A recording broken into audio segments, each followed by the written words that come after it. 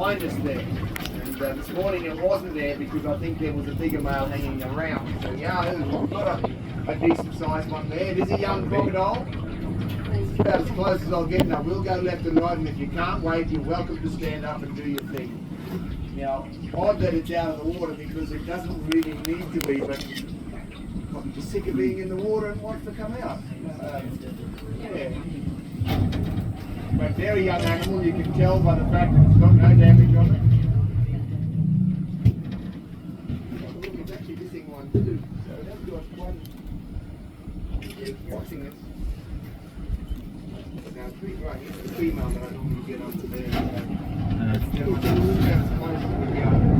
The wind tunnel can be within 2 meters of that crocodile in the lake, but because it's warm, they don't need to put up with me anymore. The time they do, the less we'll do. It's a young crocodile, they live around 80 to 100 years. I'm guessing this one, given that there's no damage, all these scoots on the tail are nice and sharp. Obviously our derms on the back are all there, none of them are ripped out. The ostrical derms on the neck are still pointy. It could be yawning, so put it on video. Could be having a yawn, so put the phone on video. Yawning. Yeah, it is yawning. Here it goes. He's like, you guys want a photo? I'll give you a photo.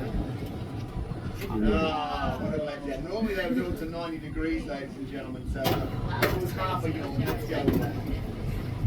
Right now, I think we'll spin the boat around so you can everybody doesn't get a nice close look, and I am reversing into the shallows here, which we don't really want. Yeah, really bad place. I don't even get it. Ladies and gentlemen, it's amazing how I was a little fella going to